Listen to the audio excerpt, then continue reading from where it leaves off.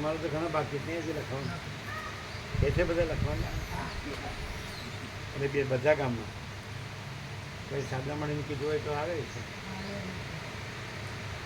હવે તેમનો પૌત્ર છે જોબ કરે છે એનો પૌત્ર હવે જોબ કરે છે એટલે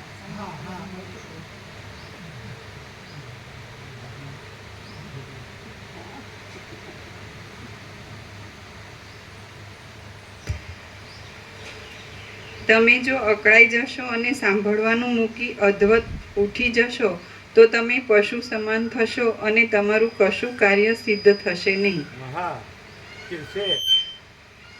તમે જો અકળાઈ જશો અને સાંભળવાનું મૂકી અદ્વત ઉઠી જશો તો તમે પશુ સમાન થશો અને તમારું કશું કાર્ય સિદ્ધ થશે નહીં. પશુ અને કશું ત્રાસ છે બરાબર. પશુ અને કશું 181 થયા. 83 બે વધ્યા હમણાં.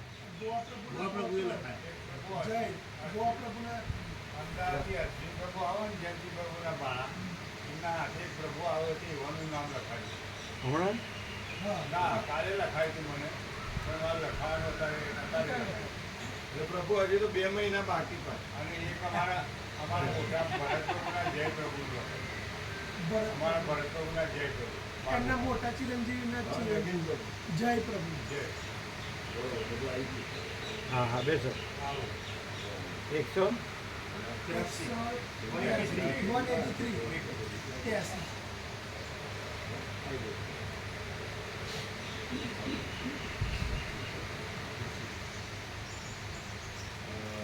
છે ને અમે કીધું ઘસા તો ઘસા કરવાનું પણ 1000 થાય તો જતો નથી. એટલે કેવી રીતે કરવાનું એક જ દિવસ હો એટલે કાંઈ બાકી ન રહે.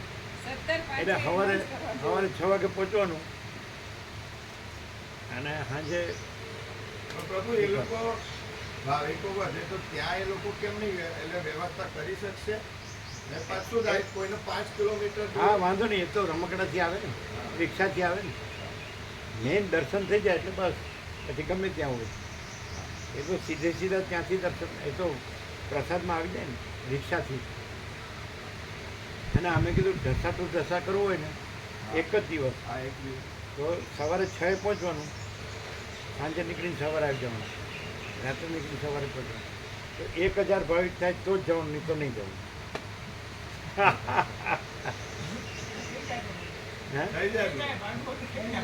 તમારી જવાબદારી પેલા નામ લખી દઈએ ને પ્રભુ.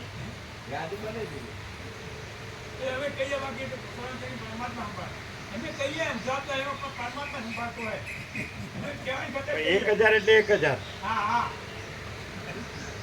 એટલે જરાક આપણે ત્યાં 17:05 કરવી હોય તો રાત્રે 12 વાગે નીકળી એટલે 17:05 થઈ ગઈ, સમજાય કે નહીં? અને સાંજે નીકળી એટલે રાત્રે 12 અહીંયા પહોંચી ગઈ એટલે 17:05 આખી 6 નીકળો તો 12 આવી જાઓ નહીં. અને કાંઈ વાંધો નહીં, પછી આવો તો વાંધો નહીં. એટલે 20 લક્ઝરી જોઈએ 1000 પારે. 20 લક્ઝરી જોઈએ. 20 પણ 50 વાળી જ જોઈએ. 50 અને એકમાં 50 એટલે 20 50. હા 50 વાળી પાસે સારું. જવાબદારી પાર પાડો. બીજું જવાબદારી પાર પાડવાનું શરૂ કરી દો. ખ્યાલ આવ્યો? તમારો પરમાત્માને કહી દો ભાઈ આમ આ જવાબદારી તમારી પાર પાડો. ન થાય પછી 1000 ન થાય એ બધા નો આવે ને. હે ના ના બધા તાળા તોડીને ચોર બધું લઈ જાય.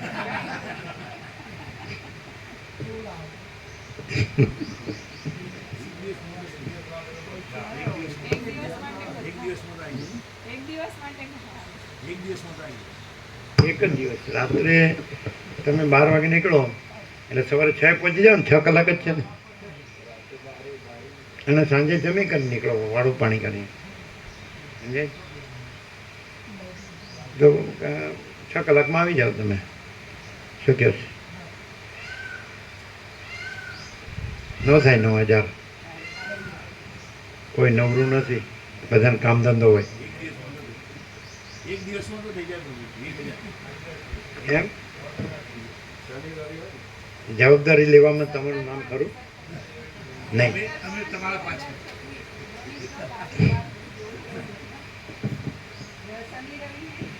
શું છે?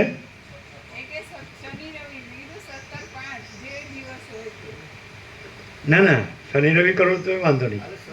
હા હા હા, શનિ રવિ બરાબર છે. તો એ કેવી રીતે સાંભળો? એટલે શનિવાર રાત્રે નીકળવાનું અને રવિવાર સવારે આવી જવાનું. અરે નહીં નહીં, હા રવિવાર આખો ત્યાં અને સોમવાર સવારે આવી જવાનું તો બરાબર છે. આપણે 1000 ન થાય તોય તમે ગમે એટલી શરતો મૂકો ને. આપણે એવી શરત મૂકી દીધી કે થાય જ નહીં, કોઈ જવાબદારી ન લે. ચીનું પ્રભુ એવું આવેશમાં બોલી ગયા.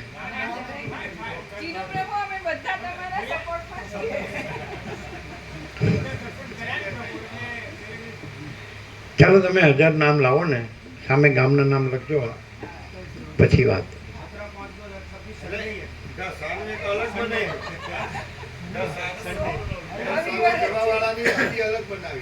અલગ અલગ યાદી, એ યાદી અલગ, એ યાદી અલગ બનાવવાની. ના 17/5 તો નહીં,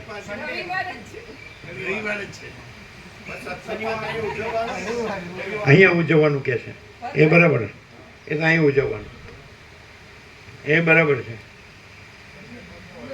અહીં ઉજવવાનું ને. હા ના ના, એ તો બધાને ના ના, એ તો બધા ના ના, એવું નથી કરવું. ના ના, એ બરાબર છે, એમ નહીં.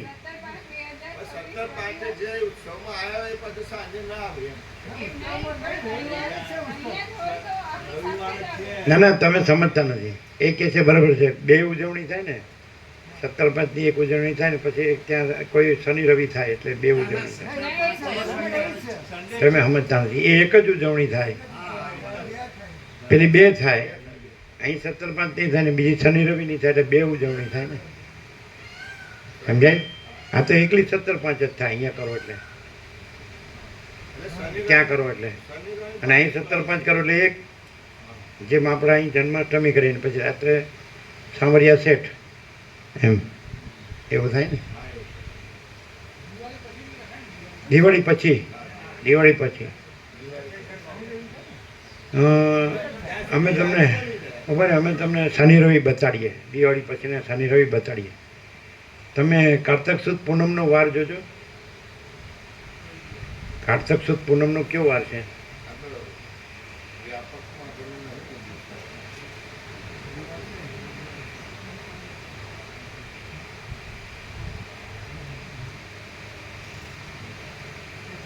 એટલે એમાં શનિ રવિ આપણે ગોઠવીએ એની આજુબાજુ, બરાબર?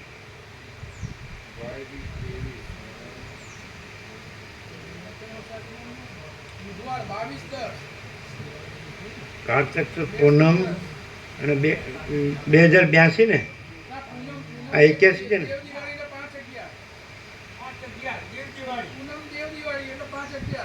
આપણો વાર શું છે? બુધવાર. પણ શનિ રવિ ગોઠવવા પડે. હા, એનો આગલો રવિવાર લઈ લ્યો. આગલા રવિવારે બુધવાર છે ને, સોમ મંગળ વચ્ચે 2 કાઢ નાખીએ એટલે 2 દિવસ કાઢ નાખીએ એટલે 12 જ થાય ને.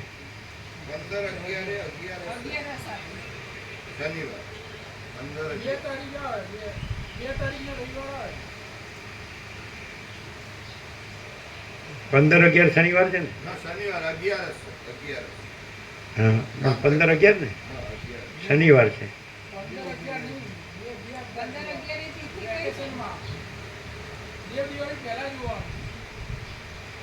ના તમે જુઓ ને કેવો વાર છે? રવિવાર કઈ તારીખ છે? રવિવારે કઈ 11 આવે, પછી 9, 11, 16, 11 ને 23, 11. પૂનમની કઈ તિથિ છે? પૂનમની કઈ તારીખ છે? હા બરાબર.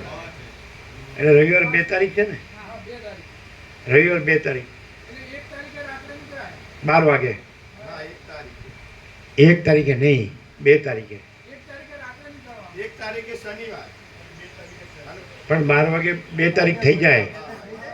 2 AM. 2 AM.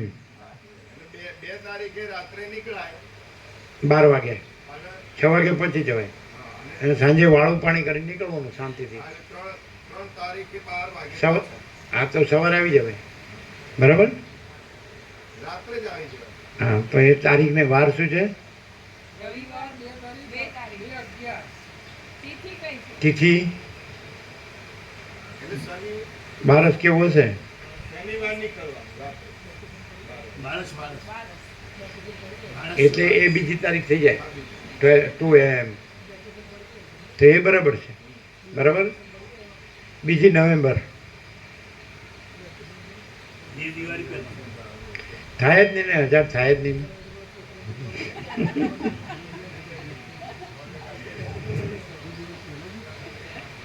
હજાર થાય જ નહીં. તમે મધ્યાત કરો. તુલસી વિવાહ છે. બીજી તારીખે શું છે? એકાદશી ભાગવત. હા તુલસી વિવાહ મસ્ત. એકાદશી સરસ. તુલસી વિવાહ. દેવઉઠી એકાદશી એટલે દેવપોઠી. અષાઢ સુદ 11 દેવપોઠી અને કારતક સુદ 11 દેવઉઠી. એટલે ભગવાન જાગ્યા.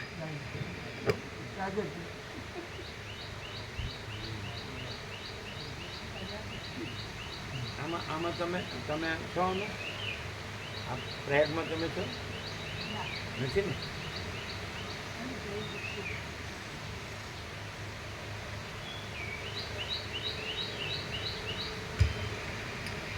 મનુષ્ય જો થાકી જઈને પાછો ન ફરે તો તે જે વસ્તુ માંગે છે તથા જે વસ્તુ માટે યત્ન કરે છે તે વસ્તુ તે અવશ્ય મેળવે છે.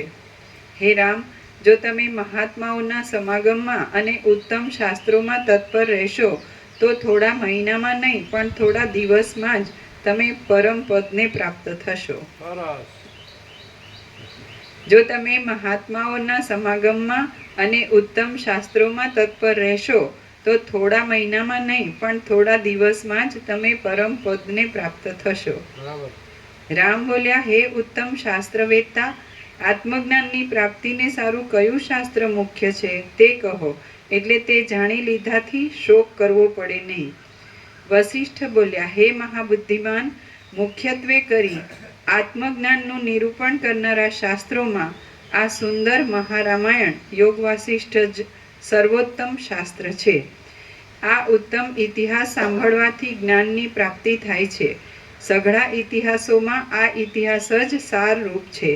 વાણીની રચનારૂપ આ ગ્રંથ સાંભળવાથી પોતાની મેળે જ અક્ષય જીવન મુક્તતા ઉદય થાય છે. તેથી આ ગ્રંથ જ અત્યંત પવિત્ર છે. જેમ સ્વપ્ન હોવા છતાં આ તો સ્વપ્ન છે એમ જાણવામાં આવે તો સ્વપ્નના સત્યપણાની ભાવના ટળી જાય છે, તેમ આ દ્રશ્ય જગત હોવા છતાં આ આભાસ માત્ર ભ્રમરૂપ જ છે એમ જાણવામાં આવે તો જગતના સત્યપણાની ભાવના ટળી જાય છે. સરસ ખાડા કરી નાખ્યા આ લોકોએ. હા, 10 જણ અત્યારે આવે છે. અઢી ફૂટના મસ્ત ખાડા કરે. 75, 75. કારણ કે અમે તો ખુલ્લું કર્યું હતું ને વધારે, તમે થોડું અંદર લીધું એટલે 75. બરાબર, સરસ. અને અત્યારે આવે એટલે કરી દો. હા છે. તમે છો ને? હા છે. ચાલો. આવતા નથી, અમે જોયું મોર નથી આવતા. હા. એ જીવે.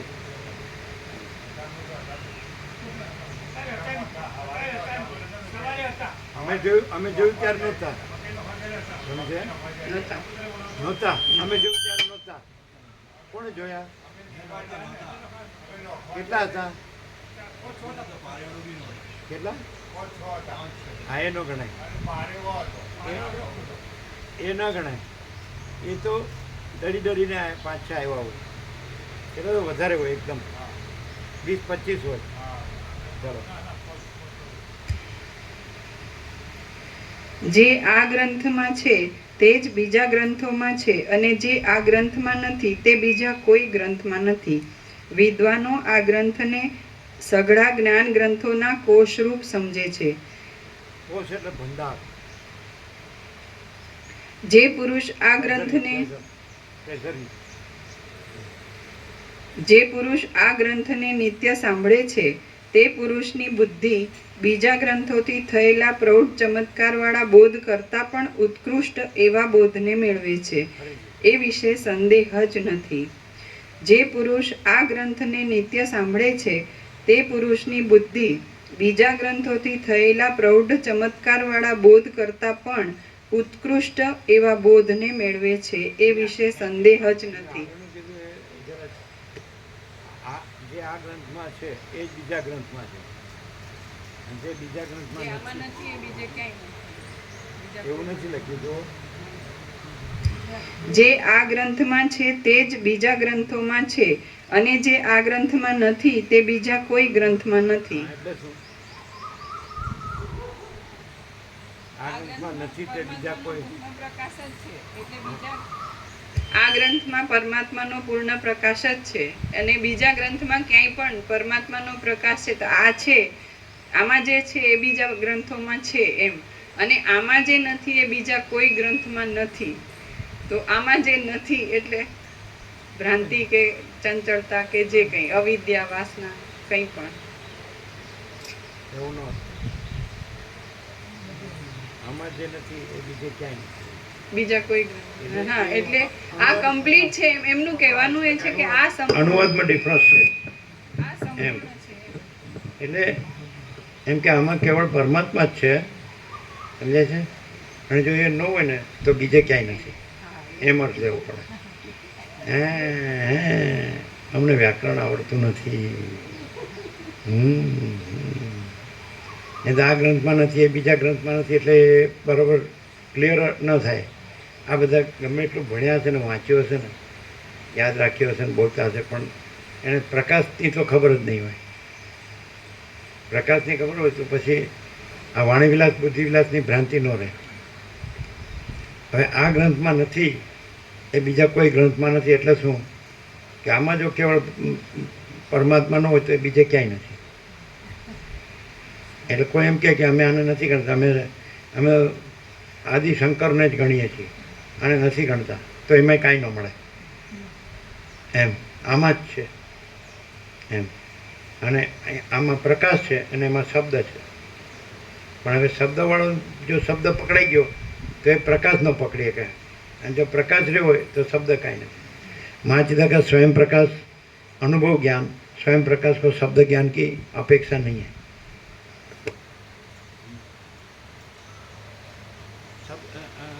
બે કેવી રીતે ઓળખે ખબર છે? પ્રકાશ હોય અને શબ્દ હોય, હે સમજાય? તો પ્રકાશ હોય ને તો એમાં કોઈ ભાર ન હોય, હળવો ફૂલ હોય, અને શબ્દ હોય ને તો ભાર હોય, મગજ ભારે હોય એમ. આઈ એમ પેલામાં આઈ એમ ન હોય. अनंत स्वच्छ महाचिदाकाश अनंत शांति है, स्वयं सिद्ध स्वयं प्रकाश स्वयं पूर्ण स्वस्वरूप. समझे?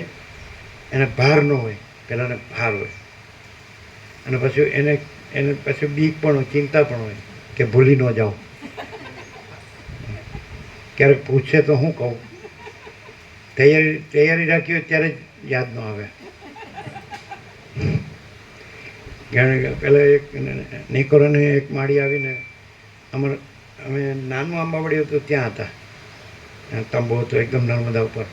પછી મોટામાં આવ્યા, પેલું ધોવામાં આવ્યું એટલે તો માળી રોતી રોતી કે આ બહુ હોશિયાર છે, પણ એ એક્ઝામ વખતે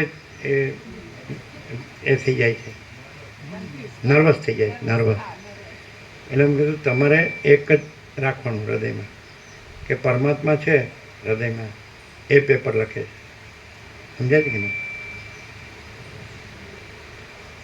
ટોપ માર્ક્સ આવ્યા. અને અત્યારે તો એ બહુ એકદમ એને સારો જોબ છે કોમ્પ્યુટર કંઈક જે કર્યું એને ના એને કર્યું એ કંઈ કેમેસ્ટ્રી હતી, ઓર્ગેનિક અને ઇનઓર્ગેનિકમાં એક એનું પીએચડી કર્યું. તો એના શિક્ષક કે એનો જે સબ્જેક્ટ નહોતો બે ઓર્ગેનિક ઇનઓર્ગેનિકમાં, તો આ તું કર, તો કે મારો સબ્જેક્ટ નથી, થશે તું કર. એટલે એમાં એણે પીએચડી કર્યું એ બધું અને સારો જોબ. એને કીધું તમે લખતા નથી, પરમાત્મા લખે. એટલે ફર્સ્ટ આવ્યો એ ખબર છે તમે હતા? હા, એને ગુરુ કે આમ એનું નામ છે. અને એનું ફાધરનું નામ એ પણ ભાવિક સંપૂર્ણ ભગવાનના માણસ આવતા થાય. એમનું ઘર નર્મદા ઉપર જ હતું, આગળ જવાનું. એ લગભગ આ જયેશ પ્રભુના ઘરથી આગળ અને ખુલ્લું છે. એમ જયેશ પ્રભુ છે એની સામે દેરાસર છે અને એની પાછળ આગળ ઉપર જવાનું. એટલે ત્યાં ખુલ્લું છે ને નર્મદા છે. થોડા પગથિયા છે એના ઘર આગળ અને ઘર છે.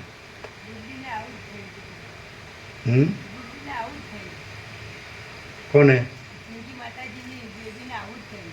કેવી રીતે?